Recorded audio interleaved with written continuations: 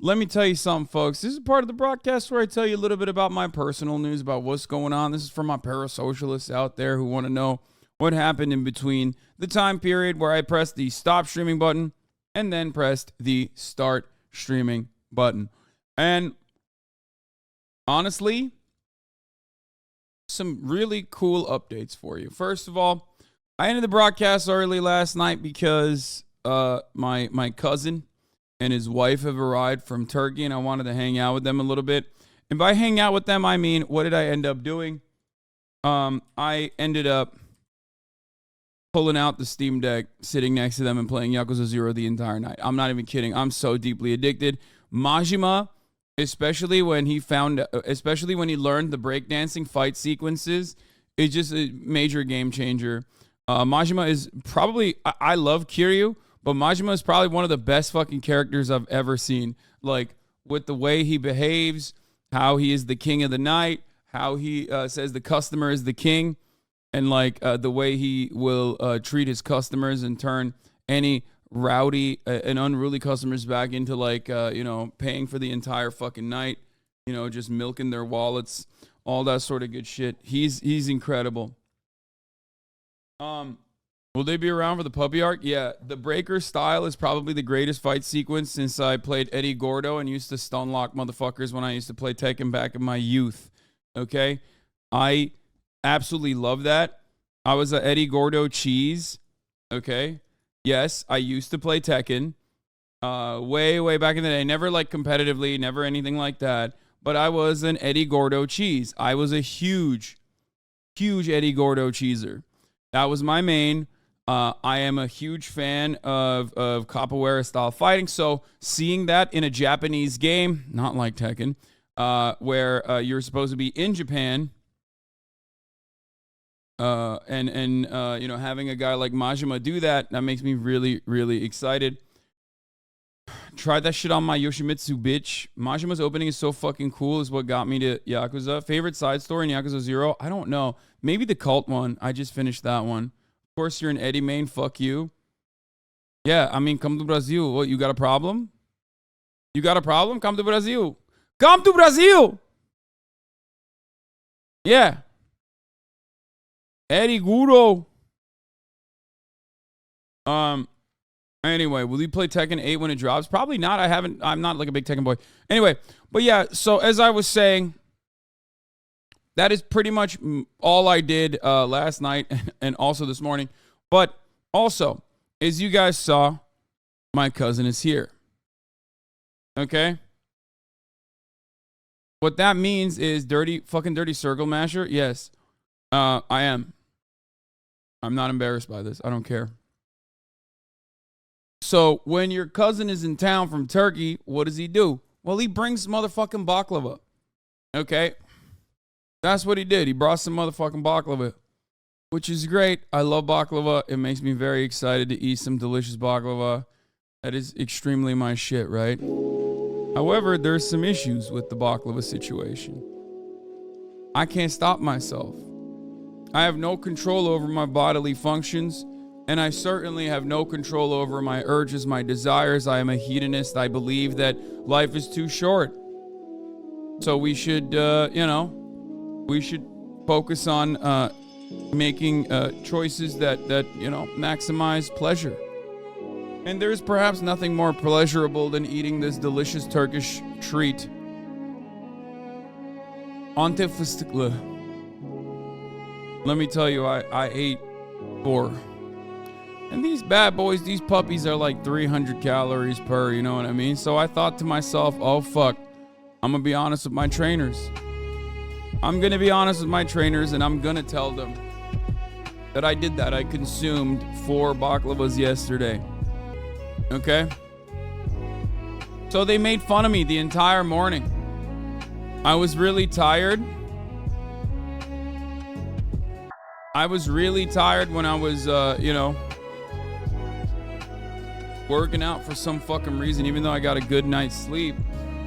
They kept making fun of me. They were like, oh, it's because the baklava you're eating. It's because the baklava you're eating. It's because the baklava you're eating. Come on, man. You're so close to 248. You're so close to 248.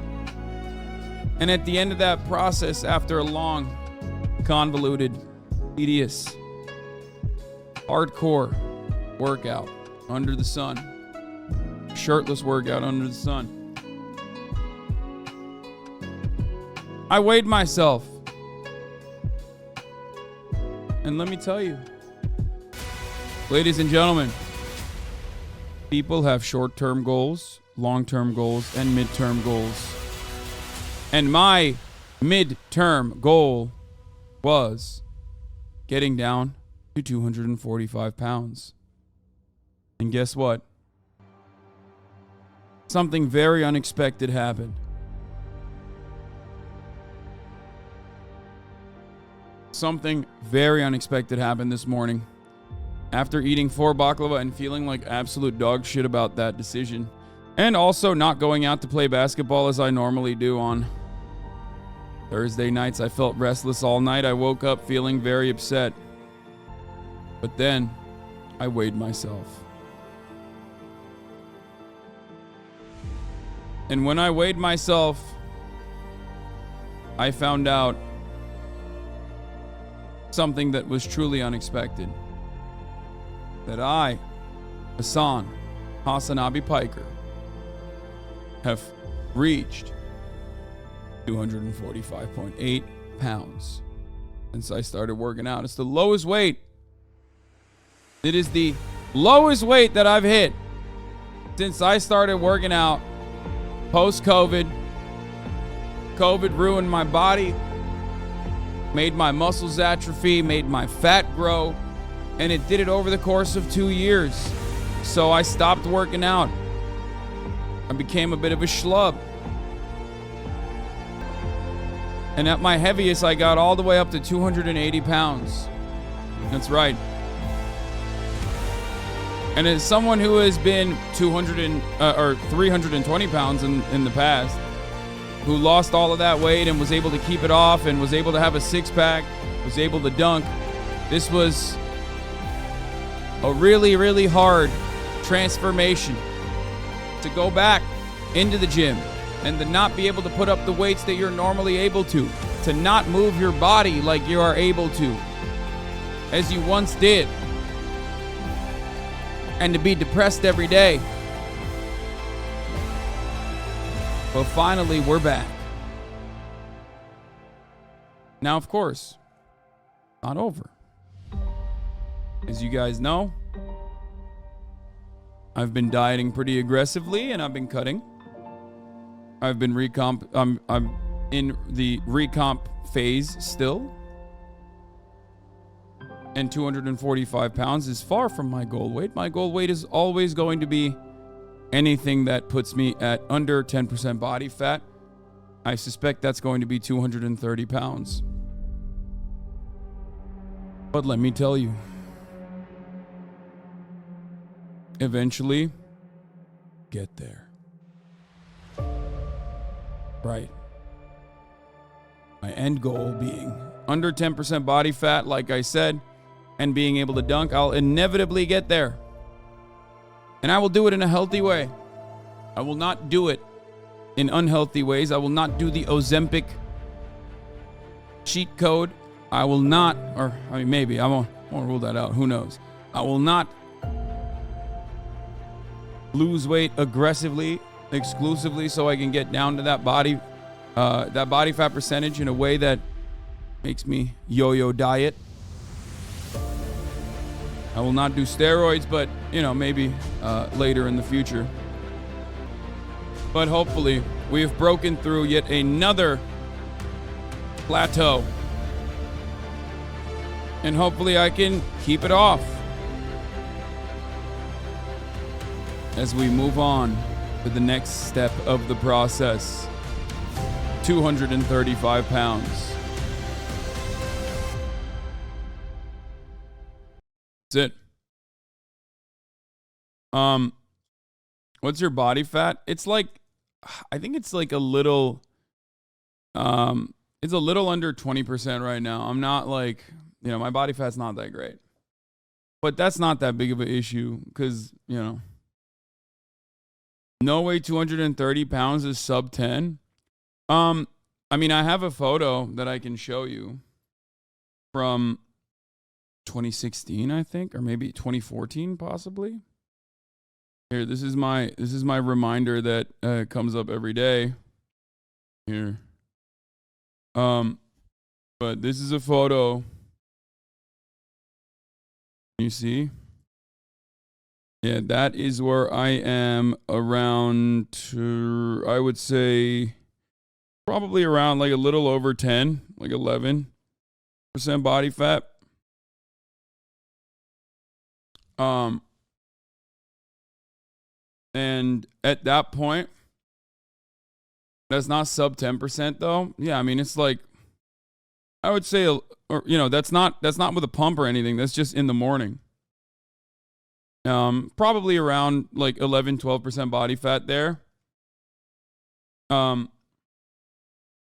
And is the V line a genetic thing? Everything is a genetic thing. The dick V is also a genetic thing. Anyway, so what I was gonna say is, in that situation, situation, I was around 230 pounds.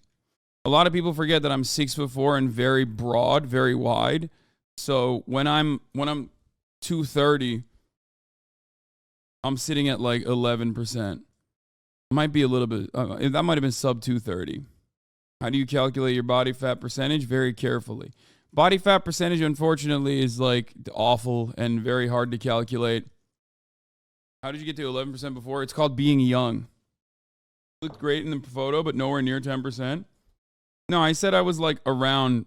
I've never been under 10% body fat, I don't think. What are you looking to develop the most in your physique other than getting down to 10%? Everything. You are not 11%, lol. The way you do it is by with like calipers. They look at like all the body like fat retention areas. You can also calculate it by calculating your lean muscle mass. My thing is, when I say 10%, a lot of people get like bodybuildingforum.com on me. Like, I don't mean literally 10%. I don't give a shit. I just want to have I want to have a six pack. You know what I mean? Like, that's it. Like, everybody gets like super serious. Like, we're doing, like we're talking about the fucking national bodybuilding competition or something. Like, no, I'm not. Also, I'm very, very far away from that still. Do a Coachella stream? I'm not. I have done it before, but it was terrible. How can you lose body fat without losing muscle mass? Well, very carefully. You have to run, my man. Man, shut up. I fucking do. Dude, this is the other thing. It's like, everybody chill out. I know what the fuck I'm doing. Like, I literally do cardio, like extreme cardio, in the form of full court, 5-on-5, pickup basketball 4 times a week, on top of 4 days of like serious training. You're out of your mind if you think that like, if you think that I'm not doing enough cardio. Like, that's crazy to me. Anyway, that's what we got. Let's fucking blast off.